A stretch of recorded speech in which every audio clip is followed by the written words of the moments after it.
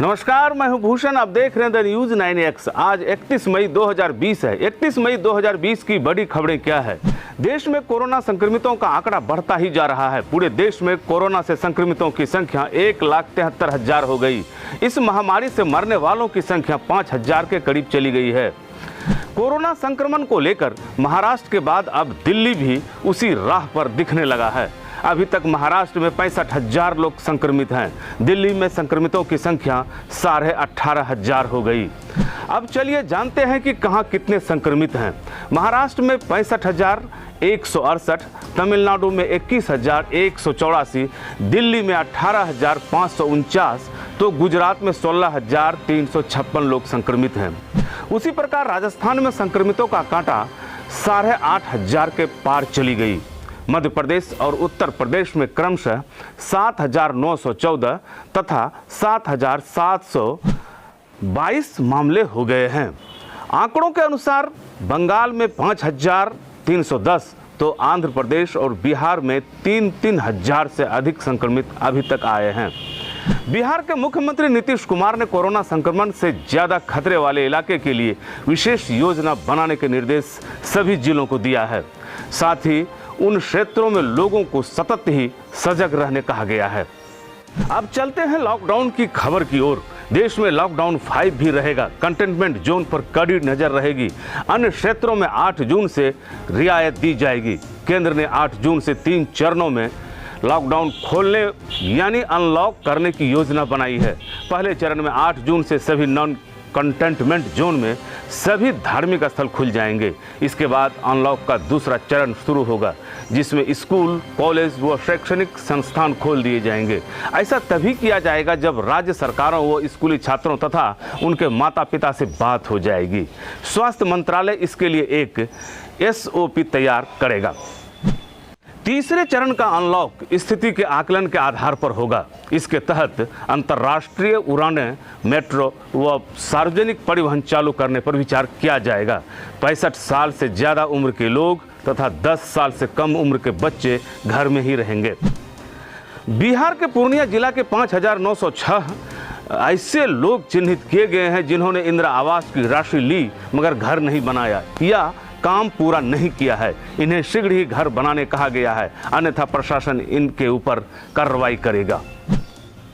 बिहार में cycle girl ज्योति के बाद अचानक साइकिल बॉय के रूप में गया के झरीटोला निवासी डब्लू का नाम उछाल खाने लगा है। वह फरीदाबाद से अपने दिव्यांग मामा को लेकर 1350 किलोमीटर की दूरी साइकिल से तय कर आया है। डब्लू बताते हैं कि इस दौरान उन्हें कई जगहों पर पुलिस की लाठी भी खानी पड़ी। कई जगह मुख्य रास्ते को छोड़ गांव के रास्ते पकड़ने पड़े। रोजाना कम से कम 170 किलोमीटर चलाते थे। बेहतर काम नहीं करने वाले इंजीनियर अब नपेंगे। उन्हें कंपलसरी रिटायरमेंट दे दिया जाएगा।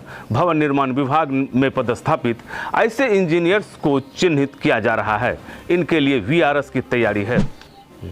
मानसून का असर शुरू हो गया है। 1 जून को मानसून केरल के तट से टकराने के आसार हैं। इस प्रकार इस माह शीघ्र ही बरसात शुरू हो जाएगी। बिहार में लॉकडाउन के बीच लगभग 18 लाख लोगों ने डाकघरों में खाते खोले हैं। ऐसा तब हुआ जब सरकार ने लॉकडाउन में सरकारी राशि से सहायता की घोषणा की और उसे खाते में भेजना शुरू किया। बेगूसराय में पुलिस गश्ती दल पर अपराधियों ने गोलियां चला दी। इस घटना में होमगार्ड का एक जवान की मौत हो गई।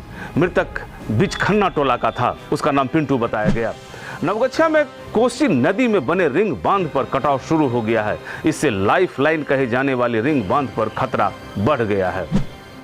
उत्तरी बिहार में लगातार आंधी पानी से मक्का किसानों की फसल बर्बाद हो गई। किसानों के बीच त्राही सी मची हुई है। बिहार के बहुचर्चित 1600 करोड़ रुपए के सृजन घोटाला मामले में ईडी ने बड़ी कार्रवाई की है। इस मामले में देश के नोएडा, गाजियाबाद, पुणे, रांची, बिहार के भागलपुर और पटना में कई फ्लैट को सीज किया गया है।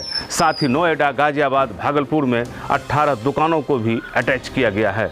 बैंक में रखे 4 करोड़ 84 लाख रुपए के साथ कुल 14 करोड़ 32 लाख की संपत्ति को जब्त किया गया है, जिसमें 20 फ्लैट, 18 दुकान, 33 प्लॉट और 1 कार सम्मिलित है।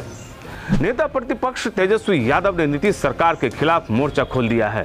उन्होंने ट्वीट किया है कि नरसंहार, लूट और हत्या आम बात हो गई है। बिहार में महागठबंधन में खटास जारी है। आपको बता दें कि पूर्व मुख्यमंत्री जीतन राम मांझी ने तेजस्वी पर सवाल खड़े किए थे, जिस पर नेता प्रतिपक्ष तेजस्वी यादव ने कहा कि जीतन राम मांझी कहां जाना चाहते हैं, वे क्या करने वाले हैं, यह सब सोचने का मेरे पास वक्त नहीं है। अब चलते हैं आज के कमेंट की ओर। जहानाबाद के राजू ने गया से पटना के लिए पैसेंजर ट्रेन के बारे में पूछा है। यह भी लिखा है कि मेरा काम बंद है। केनू हाजदा कटिहार के हैं, केरल में पहले चरण के लॉकडाउन के समय से ही फंसे हुए हैं। अररिया के मनोज कुमार ने कमेंट किया है कि वह अपने 10 साथियों के साथ बरनाला में लॉकडाउन के समय से ही फंसे हुए हैं। बिहार के लिए गाड़ी कब खुलेगी, इसकी जानकारी दीजिए। अररिया के लक्ष्मीपुर के अशोक ठाकुर भी यही सवाल करते हैं। वे अपने परिवार के साथ दिल्ली में लॉकडाउन हैं, घर आना चाहते हैं। कमल जायसवाल दिल्ली से भागलपुर आने के लिए ट्रेन के बारे में पूछ रहे हैं। भागलपुर के ही नीतीश कुमार महाराष्ट्र के पुणे में हैं, वे भी घर आने की चाहत में हैं। राजेश कुमार ने मदुरै से लिखा है कि बिहार के लिए गाड़ी की व्यवस्था की जाए। उन्होंने बिहार सरकार का भी ध्यान आकृष्ट किया है। इसी प्रकार हमारे कमेंट बॉक्स पर कई लोग हैं जिन्होंने अपनी परेशानी शेयर किया है।